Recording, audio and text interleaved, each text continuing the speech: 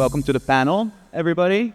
Today we'll be talking about why we CA, or why we chain abstract. Should we start off with a round of introductions? Connor, you want to start off? Sure. Hi, I'm Connor Howe, the co-founder of Enso. We built an intent engine. Basically, without the narrative, that means people can build blockchain applications really easily without integrating every single smart contract, DeFi protocol manually themselves.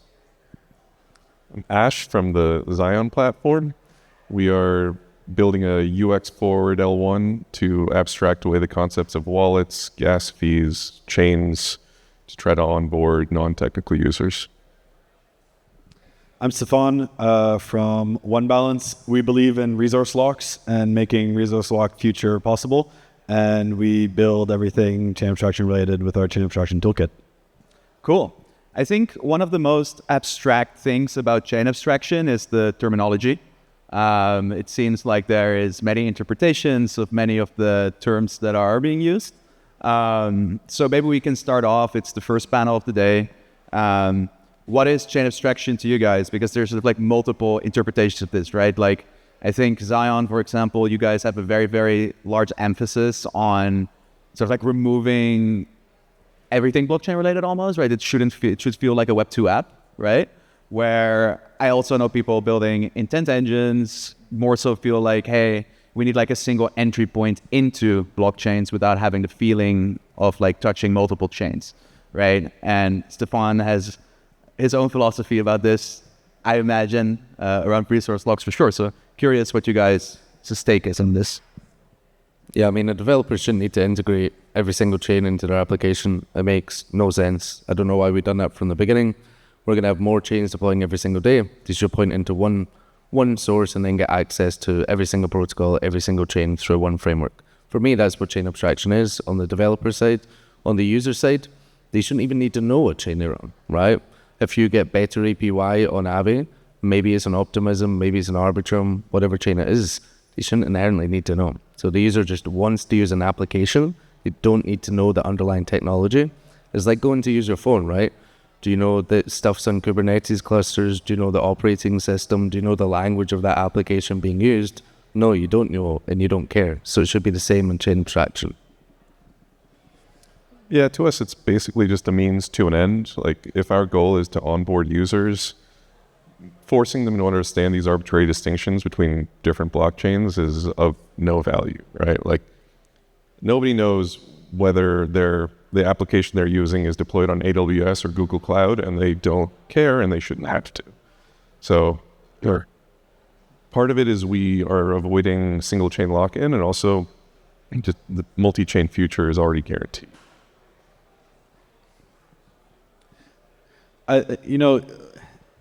One thing that is kind of like a troll answer to this is like chain abstraction is just like a rebrand of intents, which is like a rebrand of limit orders. I think there's definitely some truth to it. At the end of the day, it's like how many times you need to say something until people realize that they need to start using it. And sometimes it's just about getting the right framing. If I was to say like chain abstraction, what I like about it is it doesn't speak about a specific solution. It speaks about a objective. And so I see it more as a design philosophy for applications, which is you remove three things from the user journey. You say users should not have to care about gas, they should not have to care about bridges, and they should not have to care about chains. And if you've achieved those things while still developing a non-custodial application, it means that you're chain abstracted. Got it. So you could say that for the user, you hide the fact that they're interacting with blockchains sometimes, where for devs, you give them a single entry point into all of crypto, right? Because my next question would be, what is the bigger gain here? Is it that you improve developer experience by allowing Web2 developers, for example, to come in and focus on building cool applications without having to worry about too much gas fees or having to switch across chains, multiple RPCs, multiple VMs, I don't know, smart contract languages, etc.? Or is it the fact that you offer users a more familiar way to interact with these applications? I see both of those are huge gains. Like, what do you guys think is the more powerful one? I would argue intents are not limit orders. right? That's like one component. So one component, right? An intent, honestly, is just an expression of what you want as an outcome. It could be a DeFi outcome, an NFT, any smart contract outcome. It could be a trading pair, right? So, but it's purely just an expression. And I agree, chain abstraction is a completely better positioning for all of it. Just wanted to say that first. Okay, so are you saying intents are a subset of chain abstraction? In chain abstraction, use intents. Chain abstraction are like the broader vision of what it should be, and then intents are just an expression being used inside of chain abstraction. That's kind of what fuels it to some degree. Yeah, I don't disagree with that. I agree. Is there a difference between resource locks and intents? You answer that, not me. Is it? Is it? I think it's actually interesting because you can say that chain abstraction uses intents, and intents can be used to create limit orders. Although, order for what, right? Like if it's a limit order for an execution on a destination chain, an intent could be phrased as a limit order, but it's not for an asset; it's for an action. Well, it's for state, right? Like we say that it's a token, but really you're just talking about a certain state storage proof on a destination chain. And whether that state is an ERC20 token or an NFT or anything else, it doesn't really matter. You just have a bribe for some state on some destination chain. Yeah.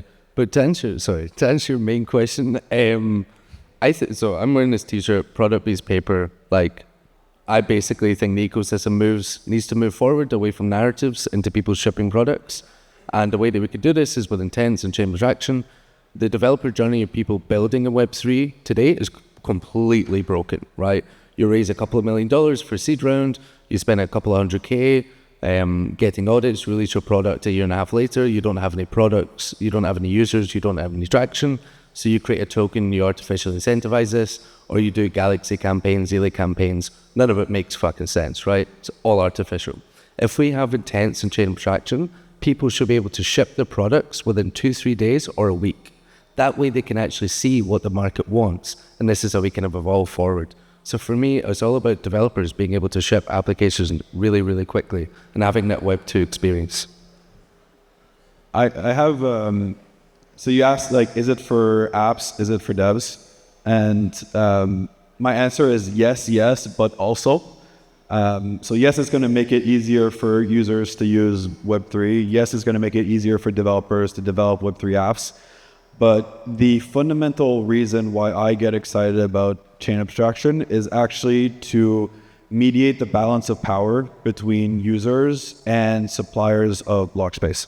And I think that by shifting this balance of power, you get to unlock a lot of different innovation. What first and foremost is like cost.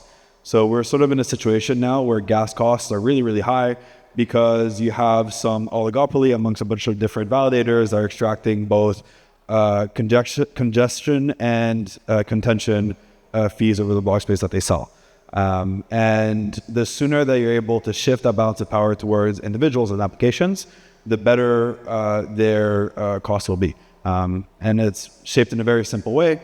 If your friction of exiting a certain block space environment is low, and you have high low switching costs, it means that you have better bargaining power and you can negotiate the price of your block space better. And that fundamental shift in power between users and validators is, in my opinion, what's going to generate the majority of the benefit from the entire ecosystem. Makes sense. Ash, devs or users? Chain abstraction takes the balance of power and brings it closer to devs and users. To me, devs and users are the same. The users drive the intentions of the devs, and the devs make pragmatic choices about where and how they build. Chain abstraction starts commoditizing a lot of these L1s. We're about to learn that most of them are the same and not really have meaningful differences. Hopefully that means that different platforms will start competing on features and capabilities, and we're going to see a lot of these just disappear. Interesting. So tribalism is dead. Because there is the reason why some block space is more valuable today than others is essentially user and liquidity lock-in on that chain. right? And that creates almost like this meme that makes the block space more valuable just because it originates from this specific non-differentiating L2 and other than having liquidity. So are we saying that sort of like the tribalism, the meme around that, it's dying? I think that either we do onboard the next billion users and all of this tribalism is just a rounding error, or the industry stays the way that it is right now, where almost all of the users are at this conference. And you can have tribalism and it's fun and it's memes and that's all it'll ever be. So one of those things will happen. I don't think tribalism is going anywhere anytime soon. One of the interesting thing to keep track of is the emergent sort of L2 clusters and how that's becoming its own tribalism ecosystems, and how a lot of that, instead of being driven by like getting tokens into the hands of retail, it's like a little bit more driven through partnerships and having sort of these like perceived liquidity network effects. Tribalism is always going to exist as long as like trust and branding exists, and like that's fine. I don't see that going anywhere, but hopefully it becomes less a significant role in picking what technology that you choose relative to the actual tech itself. Wouldn't it be that the tribalism shifts from the roll-up stack or the block space stack to the application stack? Like that probably makes sense, right? Where nobody is super tribal about using AWS over Azure, but like application-wise, you kind of care what your friends are on. But it makes me think, like, where is the most tribalism and like outside of Web3? And it's probably like what programming language that developers use. Like there's an insane amount of tribalism there, but it's like a perfectly commoditized like open source thing. And so like the tribalism is going to exist regardless, even if it's relatively low thing, because there's some technical differences that certain people prefer. But that's like still tech oriented, right? As opposed to like bag holding oriented, which I think is there's some bag holding, but it's more attuned and like more productive, I think, than a lot of the tribalism that exists today in Web3. The question is, for the layer 2s of the tribalism today, is it because they're financially incentive? Is that purely the reason they've got the tribalism, or they identify it, right? So like, for example, Bear Chain for me, sure, there's maybe some incentive mechanisms, but people join that ecosystem because of the vibes, because of the trolling nature, because of the outspoken, right? So it's more a psychological part to be part of that tribe than just monetary. I think a lot of these layer 2s have just incentivized, airdrop hunters, and it's not real tribalism, it's artificial tribalism to then pump up a value to then sell a public perspective. Got it. Have you guys seen any use cases that weren't possible before chain abstraction?